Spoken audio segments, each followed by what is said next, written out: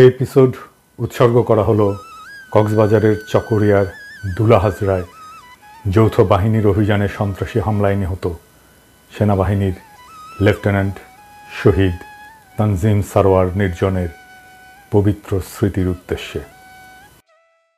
বাংলাদেশকে নিয়ে ওয়াকার কি করতে চায় সেটার একটা ইঙ্গিত পাইছি, আপনাদের সাথে সেটা শেয়ার করতে চাই। ওয়াকারের খাইশ কি সেটা সে গোপন করে নাই, ভালো কথা। বাংলাদেশ কলে ওই পথেই যাইতেছে। আজকের এপিসোড শেষ হলে বুঝতে পারবেন যে বাংলাদেশে সিসির মতো একটা সামরিক শাসনের সম্ভাবনা তৈরি হইতেছে। সেই সরকারের প্রেসিডেন্ট হয়তো প্রফেসর ইউনূসই থাকবে। এটা ওয়েস্ট খুশি, মানে পশ্চিম খুশি, ইন্ডিয়া খুশি, আমেরিকা খুশি, ইউরোপ খুশি, আওয়ামী লীগও খুশি, বাঙ্গু এলিটেরাও খুশি থাকবে। কিন্তু গণতান্ত্রিক বাংলাদেশ গড়ার লড়াইয়ে যারা ছিলাম তাদের আরেকটা দুর্বিষহ ভবিষ্যৎ লড়াইয়ের জন্য তৈরি হইতে হবে। কেন আমার মনে হচ্ছে বাংলাদেশের সিসির মতো শাসনের বিপদ আছে সেটা আমি 5টা অংশে ব্যাখ্যা করব আজকের এপিসোডে। আমাদের লক্ষ্য হবে সিসির মতো শাসনের সম্ভাবনাকে রুখা দেওয়া। রাজনৈতিক দলগুলোর উচিত এই বিপদ সম্পর্কে ওয়াকিবহাল থাকা এবং সেনা প্রধানেরও জানা উচিত আমরা সজাগ আছি, চেতন আছি, হওয়ার লয়। আন্তর্জাতিক বার্তা সংস্থা রয়টারকে দেওয়া ওয়াকারের সাক্ষাৎকার পড়ে মনে হইল যে 36 জুলাইয়ের গণ অভ্যুত্থান পরবর্তী এই অন্তর্বর্তীকালীন সরকারকে উনি 1/11 ধাঁচের সরকার বলে মনে করছেন। এই ভদ্রলোক নিজের আর এক জেনারেল মঈন ভাবছেন। তা না হইলে একজন সরকারি কর্মকর্তা হইয়া কোন ক্ষমতার জোরে এবং কোন সাহসে কার অনুমতি নিয়ে সংবাদ মাধ্যমে বক্তব্য দিলেন? সরকারি কর্মচারী হিসেবে উনার তো প্রধান উপদেষ্টার অনুমতি নিয়ে বক্তব্য দেওয়ার কথা, ঠিক কিনা? রাষ্ট্র, রাজনীতি এবং দেশের সর্বশেষ পরিস্থিতি নিয়ে সরকারের মন্ত্রী পরিষদ বিভাগের সচিব, পুলিশের আইজিবি, নৌবাহিনীর প্রধান, বিমান বাহিনীর প্রধান অথবা প্রধান বিচারপতি কি প্রকাশ্যে গণমাধ্যমে বিবৃতি সাক্ষাৎকার দিতে পারবেন? পারবেন না। উনি কেমনে দিলেন? কোন অধিকারে? কোন হেডমে? হাতে অস্ত্র আছে আর তলে সৈনিক আছে। সেই জন্য ফ্যাসিবাদের অবসানের পরে গণতন্ত্র ফিরে আসলে বলে কি সরকারের শীর্ষ কর্মকর্তারাও স্বাধীন হয়ে গেলেন? চাকরিবিধির সকল শর্ত লঙ্ঘন করিয়া নিয়ম নীতি ভাঙ্গা তারা কি দেশে অরাজকতার সৃষ্টি করবেন? এই সেনা প্রধানের দেখানো পথে তো সোনার বাংলা দেখতেছি ওই দিকেই আগাইতেছে। বৈবাহিক সূত্রে উনি শেখ পরিবারের জামাই, মাশাআল্লাহ। খুনি হাসিনার ফুফাতো বোনকে বিয়ে করছিলেন ওয়াকার, জেনারেল ওয়াকার। স্ত্রীকে অনুসরণ করিয়া সেনা প্রধান পতিত হাসিনাকে বড় আপা বইলা ডাকতেন আর কি, এখনো ডাকেন। হাসিনার পরিবারের জামাই হওয়ার কারণে বহু যোগ্য অফিসারকে টপকাইয়া ওয়াকারুজ্জামান দেশের সেনাপ্রধান হয়েছেন। এটা জানা কথা, আমরা সবাই জানি, তাই না? এটা একটা খারাপ নজির যা বাংলাদেশের সশস্ত্র বাহিনীর এক অগৌরব গাথা। ভুললে কিভাবে চলবে? খুনি হাসিনার একান্ত অনুগত বইলাই এই সেনা কর্মকর্তা ওয়াকার গত 15 বছর যাবৎ একে একে সবগুলা লাভজনক এবং গুরুত্বপূর্ণ পদ অতিক্রম করে সেনাপ্রধান হয়েছেন, ঠিক কিনা ওয়াকার সাহেব? কথা সত্য। এই পথ পরিক্রমায় তিনি সবসময় তার আপার দুঃশাসনের পক্ষেই কথা বলছেন। এর বিরুদ্ধে কখনো কি কোথাও একটা শব্দ উচ্চারণ করেছেন? হ্যাঁ, ওই আমলে সকল কুখ্যাত জেনারেলদের সাথে তো মিলেমিশে থাকিছেন এবং গণ অভ্যুত্থানের পরেও তাদেরকে রক্ষা করার চেষ্টা চালায় গেছেন। রাজনৈতিকভাবে ফ্যাসিজমের পক্ষে 15 বছর যাবৎ ব্যবহৃত এই সেনা কর্মকর্তা 36 জুলাই ছাত্র জনতার গণবিস্ফোরণের আগের এবং পরের অভিন্ন সেনা প্রধান, তাই তো? নাটকীয়ভাবে কি বদলে যেতে পারেন? পারেন না। বলেন দেখি, আজ রাজনৈতিক প্রভাবমুক্ত সশস্ত্র বাহিনীর মতলববাজি তত্ত্বের এই প্রবক্তা ভয়ঙ্কর স্বৈরাচারিণী খুনি হাসিনা 15 বছরের দুঃশাসন আমলে কখনো কি একবারের জন্য কোথাও এমন কিছু কইছেন? তখন সারাক্ষণই ব্যস্ত ছিলেন ওই শাসন ব্যবস্থা অব্যাহত রাখার কুৎসিত ব্রতে। তখন তিনি তার আপা কুখ্যাত প্রধানমন্ত্রীর পদতলে সশস্ত্র বাহিনীকে রাখতে কখনো আপত্তি করেন নাই। কিন্তু এখন কেন তার এতই দরকার যে গণ অভ্যুত্থান থেকে উত্থিত গণরাজনীতির প্রভাব থেকে মুক্ত থাকার জন্য? এর কারণ বোঝার জন্য আইনস্টাইন হওয়ার দরকার নাই। ফ্যাসিজমের সকল সুযোগ সুবিধায় হুষ্টপুষ্ট হওয়া এমন সকল ব্যক্তি পতিত দুঃশাসনের অভিন্ন অংশ ছিলেন। এটা আমরা ভুলে যাই নাই। জীবদ্দশায় তারা কখনোই বদলাবে না এবং বাংলাদেশে বসে সারাক্ষণই তাদের প্রভু ইন্ডিয়ার স্বার্থ রক্ষার মরণপট চেষ্টা চালাই যাবে। অব্যাহতভাবেই এসব চেষ্টা তারা চালাইতেছেন এবং এই অপচেষ্টা আরো শক্তিশালী করার জন্য বাংলাদেশ রাষ্ট্রের অর্থও এরা ব্যবহার করতেছেন। এই অফিসাররা দেশে বিদেশে নতুন এজেন্ট নিয়োগ করছেন এবং তাদের পক্ষে বয়ান বা কাহিনী তৈরি করার চেষ্টা চালাইতেছেন। হ্যাঁ, আমার পিছনে লাগিয়ে দিচ্ছেন অবশ্য অনেককেই, মাশাআল্লাহ। লাগান লাগান লাগান, দেখি কত লাগাইতে পারেন, কার কত বড় হেডম সেটা দেখা যাবে। লাগান না দেখি ওয়াকার সাহেব। দেশপ্রেমিক নাগরিকদের ভাবমূর্তি ক্ষুণ্ণ এবং ক্ষতিগ্রস্ত করার জন্য জোরে সোরে কাজও শুরু করছে। এই সমস্ত এর অশুভ ফলাফল স্বদেশবাসী অল্প কয়েকদিনের মধ্যে দেখতে পারবেন কলে। আমি কলে আগে থেকে কয়ে রাখলাম, তবে আমার পিছনে লেগে কিছু করবে পারবে না। লাগুক না, আমি তো চাই লাগে, লাগ দেখি কত ক্ষমতা। এবার আসেন দ্বিতীয় ইস্যুতে। ওয়াকার সাহেব ঘোষণা করলেন আগামী 18 মাসের মধ্যে সাধারণ নির্বাচন অনুষ্ঠিত হওয়া উচিত। বাহ, ভালো কথা। বাংলাদেশ সেনাবাহিনীর মাঝারি মানের এই অফিসার এককভাবে নিজের মতামত দিচ্ছেন বলে দেশপ্রেমিক তরুণ অফিসার এবং সৈনিকেরা কিন্তু মনে করে না। তরুণ অফিসার এবং সৈনিকেরা ওনারা আদ্যপান্ত জানেন, তাই মনে করেন ইন্ডিয়ার কুখ্যাত গোয়েন্দা সংস্থা র অথবা খুনি হাসিনার মতো কেউ তাকে পেছন থেকে নাচাইতেছে। আর একটা হইতে পারে উনি সবকিছু নায়ক হিসেবে নিজেকে জাহির করার লোভ সামলাইতে ব্যর্থ হইতেছেন, নাকি লোকটা নিজেকে জাতির সামনে একজন বিশ্বস্ত এবং গুরুত্বপূর্ণ ব্যক্তি হিসেবে আত্মপ্রকাশের চেষ্টা করতেছেন। ওই সাক্ষাৎকারটা যদি আপনারা পর্যালোচনা করেন নিবিড় ভাবে, তাহলে জরুরি কয়েকটা উপাদান কিন্তু পাওয়া যাবে। কি কি? 1 নাম্বার, সশস্ত্র বাহিনীর কর্তৃত্ব প্রেসিডেন্টের হাতে রাখার দাবি তুলে বলছেন তারা রাজনীতি থেকে দূরত্ব বজায় রাখতে চায়। এইটা সীমা লঙ্ঘনকারী, অনভিপ্রেত এবং বেআইনি এরকম প্রস্তাবের চাইতে রাজনীতি করার বড় দৃষ্টান্ত আর কি হইতে পারে? কারণ তিনি সহ একজনও সেনাপ্রধান বা চাকরিতে নিয়োজিত জেনারেল জঘন্য স্বৈরাচারিণী শেখ হাসিনার শাসনামলে অনির্বাচিত অবৈধ প্রধানমন্ত্রীর কর্তৃত্বের বাইরে যাইতে চাননি। চাইছেন কি ওয়াকার সাহেব? চান নাই। এখন কেন যাইতে চাইতেছেন প্রধান উপদেষ্টার বাইরে? তখন কি তাদেরকেও প্রতিরক্ষা বাহিনীকে রাষ্ট্রপতির কর্তৃত্বে দেওয়ার কথা বলছিলেন? আজ এটা বলা রাজনীতি বিরোধী এবং গণস্বার্থ বিরোধী রাজনীতি। আপনি রাজনীতি করতেছেন ওয়াকার সাহেব। 2 নাম্বার, অন্তর্বর্তীকালীন সরকার যখন বলছে আগে সংস্কার পরে নির্বাচন, সেখানে সেনাপ্রধান এককভাবে 18 মাসের মধ্যে জাতীয় নির্বাচন অনুষ্ঠানের ঘোষণা করে দিলেন কিভাবে? এটা কি রাজনীতি করে না?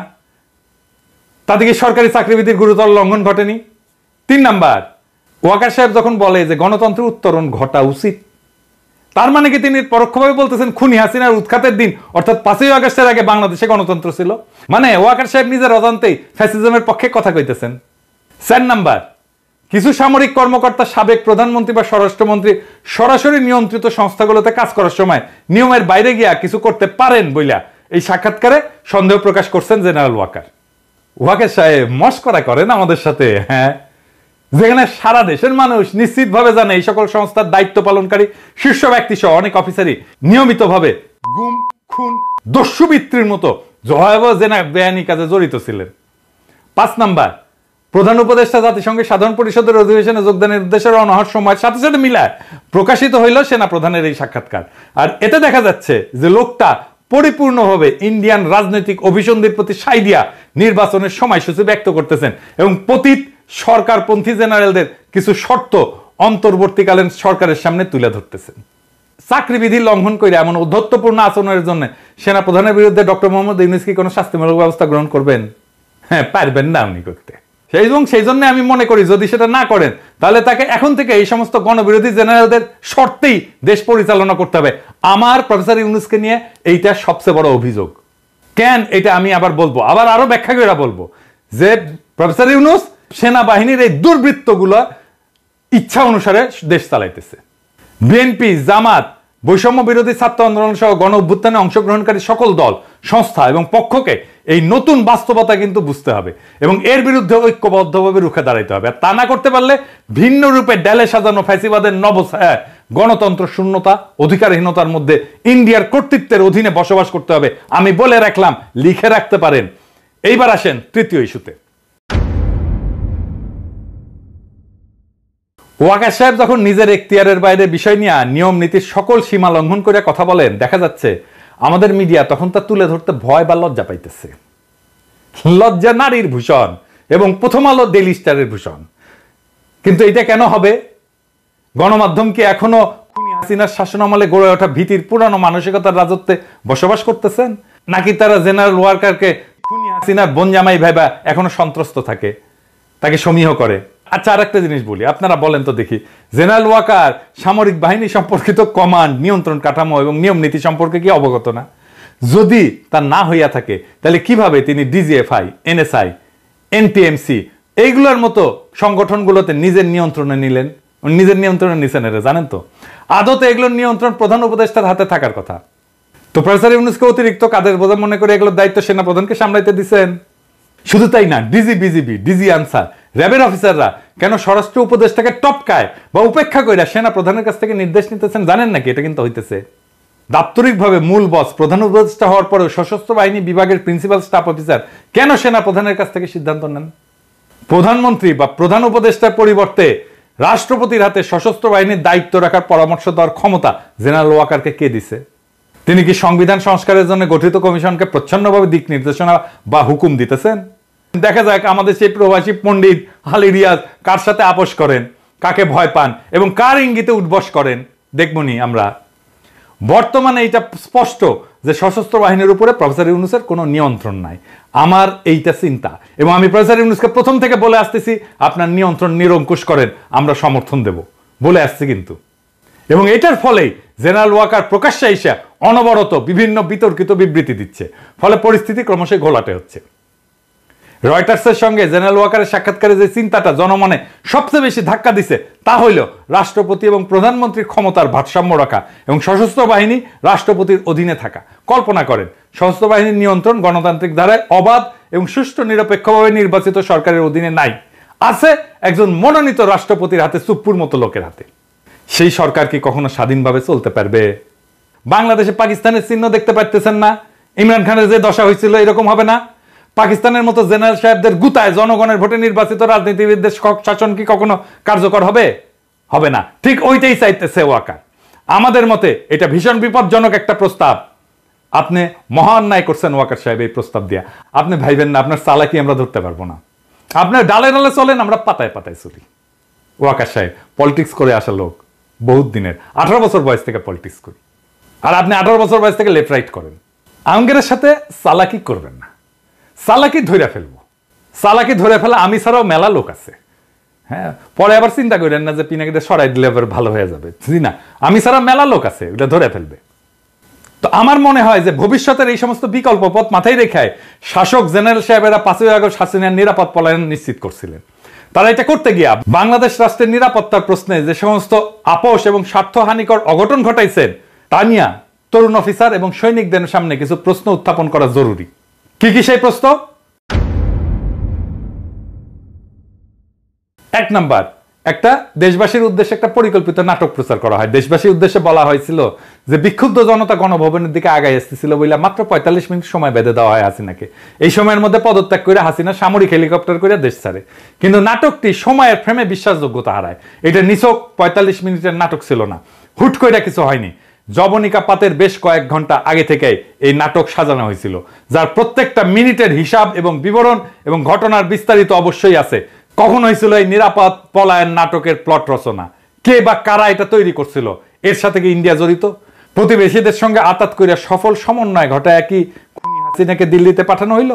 2 নাম্বার, 5ই আগস্ট হাসিনা পদত্যাগ করলে তার সরকার কার্যত বিলীন হইয়া যায়। তখন রাষ্ট্রপতি ছাড়া এমন কোন কার্যকর রাজনৈতিক শাসন বা কর্তৃত্ব ছিলেন না যিনি এই পলায়ন অনুমোদন করবেন। তিনি কি হাসিনার সেফ ইভাকুয়েশন নিশ্চিত করছেন? পদত্যাগের পর সামরিক বিমানে চইরা দেশ ত্যাগ কি হাসিনার জন্য বৈধ ছিল? গণভবনের পেছনে এসা হেলিকপ্টার চইরা কুর্মিটোলা বিমান ঘাটিতে, সেইখান থেকে C-130 বিমানে চড়াই সীমান্ত পাড়ি দিয়া ফ্যাসিস্ট হাসিনাকে দিল্লি নিয়ে যেতে কে নির্দেশ দিয়েছিলেন? বিমান বাহিনী প্রধান। বিমান বাহিনী প্রধান কি একাই এই অপরাধপূর্ণ সিদ্ধান্ত নিয়েছিলেন, নাকি অপরাপর চেইন অফ কমান্ড বা সার্ভিস চিফদের সাথে পরামর্শ কইরা এই অপকর্মটা সম্পন্ন করছিলেন? 3 নাম্বার, ওই যে নাগরিক টিভিতে সাকিবের সাথে টেলিফোনে কথা বলার সময় ওয়াকার সাহেব একটা প্রকাশ্য বিবৃতি দিয়েছেন, সেখানে বলছেন হাসিনার দেশ ত্যাগের খবরটা তিনি কারো কাছ থেকে শুনছেন। শুনেন কি বলে। প্রথম কথা হচ্ছে যে আমি তো পলিটিক্যাল পার্টিগুলোর সাথে ডিসকাশন করছিলাম, তখন আমাকে somebody said যে উনি তো চলে যাচ্ছে, উনি is on the runway, he has taken off। জি, তো এটা আমি জানতাম না যে that she is leaving the country। কি কইলো শুনলেন তো? সেই সময়টাতে নাকি তিনি সকল রাজনৈতিক দলের নেতা, ছাত্র নেতা এবং নাগরিক সমাজের ব্যক্তিদের সাথে সেনা সদরে ছিলেন। সেক্ষেত্রে যে প্রশ্ন অমীমাংসিত থাকে তা হইল, সেনা প্রধান তখন কেন সেনা সদরে এই সমস্ত অতিথিদের আমন্ত্রণ জানাইছিলেন? 4 নাম্বার, বাংলাদেশ বেসামরিক বিমান চলাচল কর্তৃপক্ষ কি খুনি হাসিনার ইন্ডিয়া যাওয়ার ফ্লাইট ক্লিয়ারেন্স ছাড়পত্র পাইছিল? যদি না পাইয়া থাকে তাহলে খুনি পালালো কার সহায়তায়? পলায়নরত স্বৈরাচারিণীর বিমানের ট্রান্সপন্ডার কেন বাংলাদেশের আকাশ সীমা অতিক্রম করা পর্যন্ত বন্ধ রাখা হয়েছিল? এতে কি ওই বিমানে থাকা সকল যাত্রীর জীবন বিপন্ন হওয়ার হুমকির মধ্যে ছিল না? 5 নাম্বার, ফ্লাইটে হাসিনার সঙ্গে আর কে কে ছিল? ওই আরোহী তালিকা কোথায়? ক্রু কারা ছিল? এসএসএফ এর কে কে পিজিআর এর কোন সদস্যরা খুনির সঙ্গে উঠছিল? ওই বিমানে থাকা সব যাত্রী কি বৈধ ভিসা ছিল? 6 নাম্বার, পালানোর নিরাপদ পথ তৈরি করে দিতে ইন্ডিয়ার সঙ্গে যোগাযোগটা কে করে দিছিল? এই আলোচনার মধ্যস্থতা কে করছিল? খুনি হাসিনার নিরাপদ পালানোর বিষয়ে রাজনৈতিক দলের নেতা, ছাত্র নেতা এবং নাগরিক সমাজের কর্তা ব্যক্তিদের মধ্যে কারা সম্মতি দিছিল? আমরা মনে করি এই প্রশ্নগুলোর উত্তর জানা খুবই গুরুত্বপূর্ণ কর্তব্য। বাংলাদেশের নাগরিকদের, বিশেষ করে আন্দোলনে অংশগ্রহণের ছাত্র জনতা, জুনিয়র অফিসার এবং সৈনিকদের এই সমস্ত তথ্য জানার অধিকার আছে। অথচ এখন পর্যন্ত ডক্টর মোহাম্মদ ইউনূসের অলস, অকেজো, অথর্ব, বুড়া হাবরার অন্তর্বর্তী সরকার এই বিষয়ে সম্পূর্ণ নীরব। এইবার আসেন চতুর্থ ইস্যু নিয়ে আলাপ করি। সেনাবাহিনী কি মাতৃভূমি রক্ষা করতে প্রস্তুত? দেশে বড় যে কারণ দেশবাসীর চোখের আড়ালে রাখা হইতেছে তা হইল বাংলাদেশের সীমান্ত এখনো অস্থিতিশীল। সীমান্তের ঠিক ওপারে আরাকান আর্মি এবং মিয়ানমার সরকারি বাহিনীর মধ্যে লড়াই চলমান। রোহিঙ্গারা এখনো নিজের ভূখণ্ডে নির্যাতিত। আজও তাদের দেশ থেকে বাধ্য করা হচ্ছে। আরো শরণার্থী আমাদের দেশের দিকে ঠেলে দেওয়ার অপচেষ্টা অব্যাহত আছে। এই সুযোগে কুকি চীনরা বেশ সক্রিয় হয়েছে। ইন্ডিয়ার মণিপুর, মিজোরাম এবং বার্মার চীন রাজ্যের স্বগোত্রীয়রা আতাতে আমাদের পার্বত্য চট্টগ্রামের বিশাল একটি অংশ নিজেদের বলে দাবি করতেছে। আপনারা সবাই জানেন পিসিজেএসএস এবং ইউপিডিএফ পার্বত্য চট্টগ্রামে নিজেদের নিয়ন্ত্রণ নেওয়ার চেষ্টা করতেছে। সার্বভৌমত্ব রক্ষার প্রশ্নে এমন হুমকি মোকাবেলায় আমাদের সশস্ত্র বাহিনীর পরিকল্পনা এবং প্রস্তুতি কতটুকু তা দেশবাসীর জানা প্রয়োজন। পাশাপাশি ইন্ডিয়া অবিরতভাবে তার বল প্রদর্শন করতেছে। অমিত শাহ এবং রাজনাথ সিং এর নিয়মিত হুমকি স্রেফ ফাঁকা আওয়াজ বইলা উড়িয়ে দেওয়াটা ঠিক না। ডক্টর ইউনূস সরকারের উপর ভারত মোটেও খুশি না, এটা কিন্তু মাথায় রেখেন। বাংলাদেশ আক্রমণ করে ইন্ডিয়া যে তাদের পুতুল হাসিনাকে আবারও ক্ষমতা বসানোর চেষ্টা করবে না এর নিশ্চয়তা আছে কি? কিংবা এমন আশঙ্কা কি কোনো সমরবিদ অস্বীকার করতে পারবেন? পারবেন না। অবশ্য আক্রমণ বা আগ্রাসন বলি তা করতে ইন্ডিয়া বেশ কয়েকটা অজুহাত ধীরে ধীরে উচ্চারণ করে পটভূমি কিন্তু তৈরি করতেছে। যেমন সংখ্যালঘু নির্যাতন, নিপীড়ন, ইসলামী মৌলবাদের উত্থান, ইন্ডিয়া অবৈধ বাংলাদেশের অনুপ্রবেশ ইত্যাদি। এমন হুমকি মোকাবেলায় কি আমাদের সশস্ত্র বাহিনী প্রস্তুত আছে? দেশবাসীর সামনে বুকে হাত রেখে আমরা প্রস্তুত এমন অভয়বাণী দেওয়ার সততা, সাহস কি 3 বাহিনী প্রধানদের আছে? সেনাপ্রধান জেনারেল ওয়াকারুজ্জামান, নৌবাহিনীর প্রধান রিয়ার অ্যাডমিরাল নাজমুল হাসান এবং বিমান বাহিনীর প্রধান মার্শাল হাসান মাহমুদ খান কি দেশবাসীকে পরিপূর্ণ আশ্বাস দিতে সক্ষম যে তারা বহিঃশত্রুকে মোকাবেলার পুরোপুরি তৈরি আছেন? আগে তো এই কাজটা করবেন। বাংলাদেশের রাজনীতি নিয়ে মাথার একেবারে পোকা উঠে গেছে না? নিজের কাজের খবর নাই, রাজনীতির খবর নিয়ে মাথা গরম করে বসে আছেন। খুনি হাসিনার পতনের আগে 19 জুলাই রাতে সারা দেশে কারফিউ জারি এবং সেনা মোতায়েন করছিল তৎকালীন ফ্যাসিস্ট আওয়ামী লীগ সরকার। কিছু দলবাজ আর্মি অফিসার তখন বিক্ষোভরত নিরস্ত্র ছাত্র জনতার দিকে গুলিও ছুড়ছে, মারাও গেছে ওই গুলিতে। আমাদের কাছে ভিডিও আছে। গণ অভ্যুত্থানের পর প্রতিষ্ঠিত অন্তর্বর্তীকালীন সরকার এখন সেনা কর্মকর্তাদের ম্যাজিস্ট্রেসির ক্ষমতাও দিছে। এমত অবস্থায় জেনারেল ওয়াকার সাহেব কি আমাদের আশ্বস্ত করতে পারবেন তথাকথিত জননিরাপত্তার কাজে দীর্ঘমেয়াদে সেনাবাহিনী মোতায়েন করে রাখার কারণে সেনাদের দেশ রক্ষার মনোবল, লড়াইয়ের পূর্ণ ক্ষমতা এবং দক্ষতা অক্ষুণ্ণ আছে কি? তিনি কি নিশ্চিত করবেন ওনারা সত্যিই রাজনীতি মুক্ত এবং এখন কেবলই দেশ সার্বভৌমত্বের অধিকার রক্ষায় বহিরাগত আগ্রাসন মোকাবেলায় প্রস্তুত? তিনি কি গ্যারান্টি দিতে সক্ষম আমাদের সেনাবাহিনীর প্রশিক্ষণ চক্র, কোর্স ক্যাডার, ইনডোর আউটডোর অনুশীলন, বিশেষজ্ঞ প্রশিক্ষণ সহ সকল পেশাদার কার্যক্রম স্থগিত বা কমানোর পরেও সেনাদের পেশাগত দক্ষতা বজায় আছে? শত্রুর বিরুদ্ধে লড়াই করার জন্য বাংলাদেশ কি উপযুক্ত দক্ষতা, প্রশিক্ষিত জনশক্তি, অস্ত্র এবং গোলাবারুদ আছে? সশস্ত্র বাহিনীকে দেশের আভ্যন্তরীণ নিরাপত্তার দায়িত্ব থেকে দ্রুত সরায় যুদ্ধের পর্যায়ে প্রস্তুত করতে কতদিন সময় লাগে তা কি তারা জানেন? তবে আমি দৃঢ়ভাবে বিশ্বাস করি সেনাপ্রধান জেনারেল ওয়াকারুজ্জামান জানেন দীর্ঘদিন ব্যবহার না করলে ধারালো অস্ত্রটাও মরিচায় ক্ষয় ধরে যায়। এইবার আসেন অ্যাডমিরাল মোহাম্মদ নাজমুল হাসান, আপনি কি জানাবেন আমাদের কতগুলো সমুদ্র উপযোগী সহায়ক কর্মক্ষম জাহাজ আছে? কয়টা কর্মক্ষমতার বাইরে আছে? কি যথেষ্ট অস্ত্র, গোলা বারুদ বা যুদ্ধের রসদ?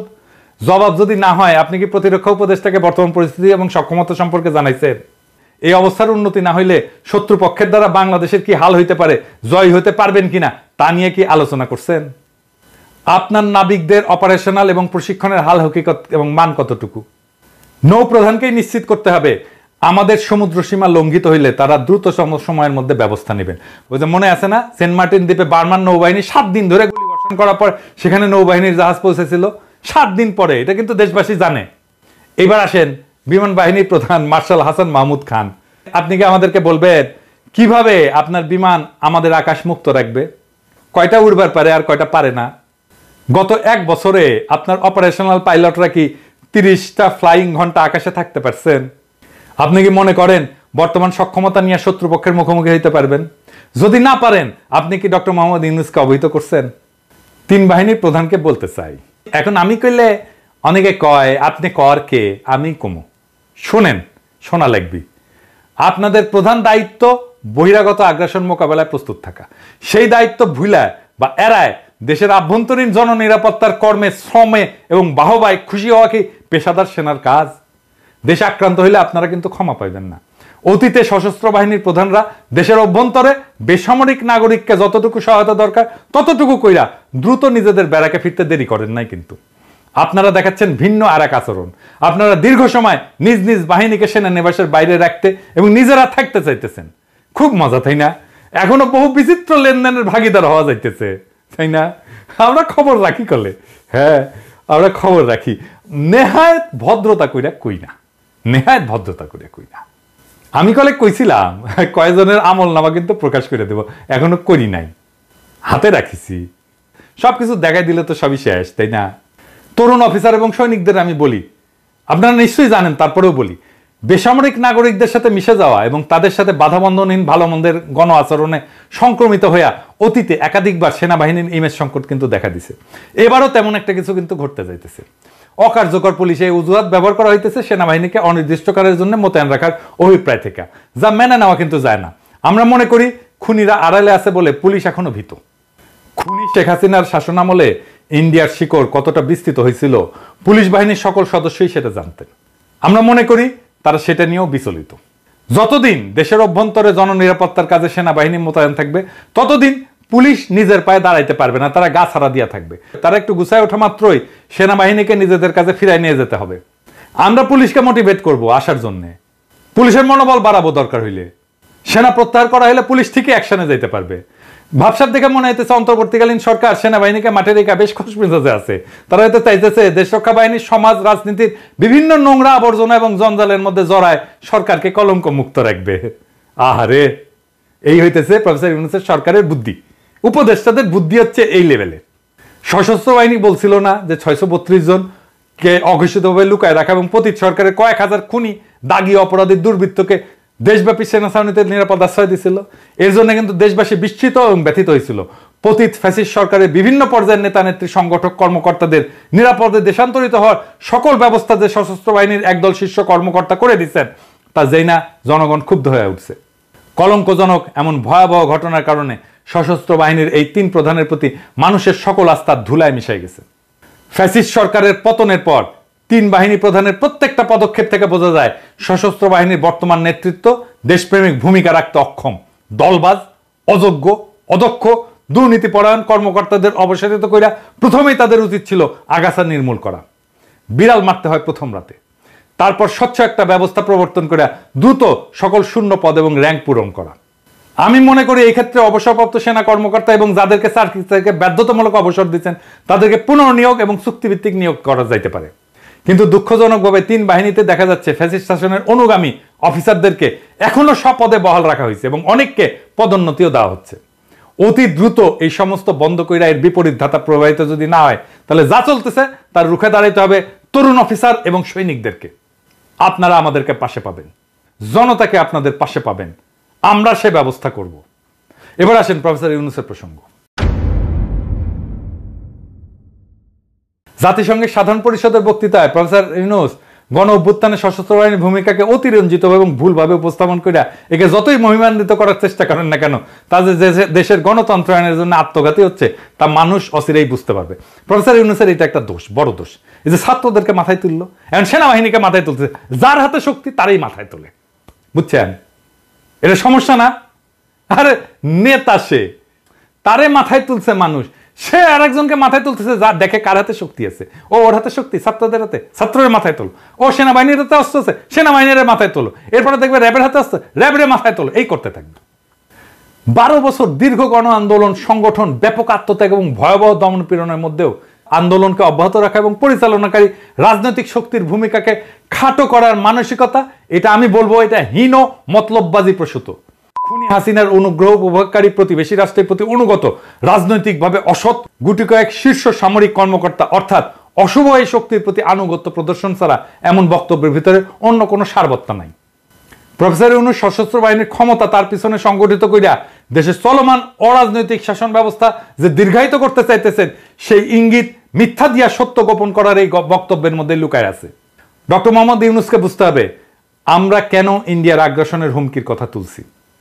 প্রতিবেশীদের প্রতি নত জানু বাংলাদেশের সশস্ত্র বাহিনীর বর্তমান নেতৃত্ব আত্মসমর্পণের পথ বেছে নেবে। এরা পরিশ্রমকে ভয় পায়, এরা শত্রুকে মোকাবেলা করতে চায় না, মালগুলা নানা সুযোগ সুবিধার দুর্নীতিতে আকণ্ঠ ডুবে গেছে। এই জন্য এরা দেশকে পুনরায় প্রতিবেশীদের কোমল বা প্রচ্ছন্ন নিয়ন্ত্রণের আওতাধীন করে ফেলবে এবং ইসলাম বিদ্বেষী পশ্চিমা সেকুলারিজমের তত্ত্বের ছায় পুনর্বাসিত হবে নব্য আওয়ামী লীগ। বিনিময়ে আপনাকে হয়তো ঘুষ হিসেবে দেওয়া হবে প্রফেসর ইউনূস দেশ শাসন এবং কর্তৃত্বের দীর্ঘস্থায়ী স্বাদ। প্রধান উপদেষ্টা যদি না জানেন এটা তার ব্যর্থতা, সশস্ত্র বাহিনীতে ফ্যাসিস্ট আওয়ামী লীগের স্বার্থ সংশ্লিষ্ট কর্মকর্তারা শপথে অটুট, অক্ষত এবং অক্ষুণ্ণ অবস্থায় আছে। এক একটা দিন যাচ্ছে আর জেনারেল ওয়াকার নিজের কর্তৃত্ব সুসংহত করতেছেন। যদিও দেশে বিদেশে প্রভাব প্রতিপত্তি ডক্টর মোহাম্মদ ইউনূসের ধারে কাছেও নাই ওয়াকারের, তবে শাসক হিসেবে এই সরকার প্রধানের ব্যক্তিত্বে যে বড় ধরনের সমস্যা আছে তা উনার গত 8 সপ্তাহের শাসনে কিন্তু বোঝা গেছে। আরো উপলব্ধি করা গেছে যে সেনা নেতৃত্বের দিকে ঝুঁকে পড়া উনার শাসন বেশ নড়বড়ে এবং ভঙ্গুরি থাকবে, যা বাংলাদেশকে স্থিতিশীলতা দিতে পারবে না। আর সেটাই ইন্ডিয়ার চাওয়া। এমন আয়োজনকে তার ধরে রাখতে তারা সমর্থন যোগাবে। এমন পরিস্থিতি দীর্ঘদিন বিদ্যমান থাকলে জেনারেল এরশাদের মতো একটা নিকৃষ্ট ইন্ডিয়ান এজেন্টকে ক্ষমতায় বসাইতে প্রতিবেশীদের খুব একটা বেগ পাইতে হবে না। দেখেন না কিছু পাবলিক তো আছে এখন ওয়াকার করে জিন্দাবাদ দেয়, যেহেতু হাতে বন্দুক আছে। ওয়াকার নাকি বহুত কিছু করিছে হাসিনা সরার জন্য, খেয়ালই নাই ওই হাসিনা ওর আপা। তো এইরকম করে ক্ষমতা দখল করে উপরন্ত তার পেছনে পশ্চিমাদের সমর্থনও জুটাই ফেলতে পারবে। জনধিকৃত হাসিনাকে যদি 15 বছর ক্ষমতায় রাখা যায়, তাহলে একজন মধ্যম মানের জেনারেলকে দিয়ে পরবর্তী 10 বছর বাংলাদেশ শাসন করা যাবে না কেন? এটা ভাববো কেন? জেনারেল 9 বছর শাসন আমলে যেভাবে আওয়ামী লীগ সহ অন্যান্য কিছু বিশেষ দলের সমর্থন পাইছিলেন, সেভাবে জেনারেল ওয়াকার যে সহায়তা পাইতে পারেন সেটার আলামত তো ইতিমধ্যে বাংলাদেশের রাজনীতিতে উকি দিচ্ছে। আপনি তো দেখেন আমার কমেন্ট বক্সে যদি জেনারেল ওয়াকারকে কিছু কয় তাইলে এসে ঝেপে পড়ে কিছু লোক, দেখেছেন? এরশাদ দল করেছিল, ওয়াকারও দল করে ফেলবি। আর প্রফেসর ইউনূস আপনি কিন্তু মাথায় রেখেন, আপনার সাথে ইন্ডিয়ার যদি কোনো ঝামেলা হয় আমেরিকা কিন্তু আপনার পক্ষ নিয়ে আগে আসবে না। আপনার বড় বন্ধু হওয়া সত্ত্বেও মার্কিনের পিছু উঠবে, যেভাবে গত জানুয়ারিতে জাতীয় সংসদ নির্বাচনকালে চূড়ান্ত দুঃসময়ে বাংলাদেশকে পরিত্যাগ করছিল তারা। অন্তর্বর্তীকালীন সরকার প্রধানের ব্যক্তিত্বহীনতার মাত্র 8 সপ্তাহের ব্যবধানে সেনা প্রধানের সবচেয়ে বড় দুর্বলতায় পরিণত হয়েছে তার মূল শক্তিতে। জেনারেল ওয়াকারের দুইটা ভিন্ন পরিচয় তাকে অদ্ভুত এক সামর্থ্য যোগাইতেছে। একাধারে তিনি সেনাপ্রধান এবং খুনি হাসিনা পরিবারের জামাতা। এটাই বাংলাদেশের এই মুহূর্তে সবচেয়ে বড় ট্র্যাজেডি। ডক্টর মোহাম্মদ ইউনূসের সরকার ইন্ডিয়াকে তোষামত করতেছে আর সেনা প্রধান পদে বসে আছে তাদেরই এক এজেন্ট, আর প্রেসিডেন্ট হয়ে বসে আছে আর এক হাসিনা নির্বাচিত লোক সুপ্পু। গণ অভ্যুত্থান সংগঠনকারী এবং পরিচালনাকারী এবং নেতৃত্ব প্রদানকারী বিশাল আত্মত্যাগে মহিয়ান ছাত্র জনতা সহ সকল আন্দোলনকারী রাজনৈতিক শক্তির সঙ্গে সহায়তা না কইরা ডক্টর মোহাম্মদ ইউনূস আজ ব্যাপকভাবে দুর্নীতিগ্রস্ত সেনা নেতৃত্বের সঙ্গে আঁতাত করেছেন। ঘাতকদের একটা অংশের পক্ষ নিচ্ছেন এবং পতিতদের রাজনৈতিক স্বার্থ দেখিচ্ছেন। প্রফেসর ইউনূস এটা আমি আগে বলি নাই, কিন্তু আজ বলতে বাধ্য হতেছি। কিন্তু দীর্ঘ 15 বছর ধরে চলমান দেশবাসীর গণতন্ত্র, ভোটাধিকার এবং মৌলিক মানবাধিকার সংগ্রামে আপনি কিন্তু একটা বিবৃতি দিয়ে কখনো পক্ষে দাঁড়ান নাই, একটা গুম খুন মিথ্যা মামলার প্রতিবাদ করেন নাই, শুধু আপনার নিজের স্বার্থের এবং কষ্টের কথা বলছেন। গণ অভ্যুত্থানের পরবর্তী সময়ে আপনারা ধরে আনা হয়েছিল, ধার করে আনা হয়েছিল, ধার করিয়া ধরে আনা যুগ পরিবর্তন করার তীব্র আকাঙ্ক্ষায় তাড়িত গণমানুষের একটা সরকার গঠন করা ইচ্ছা পোষণ করছিল দেশের মানুষ। কিন্তু এই সরকার বিপ্লবের আকাঙ্ক্ষাকে ধারণ করতে পারে না, সরকারও পরিচালনা করতে পারে না। এইটা প্রমাণিত হয়েছে। আজ বাংলাদেশের ইতিহাসের ঘটমান বেদনাদায়ক এবং করুণ কাহিনীর সাক্ষী হওয়া একজন মানুষ হিসাবে আমাদের বারে বারে জনপ্রিয় একটা প্রবচনের কথা মনে পড়তেছে। তোলা দুধে পোলা বাসে না।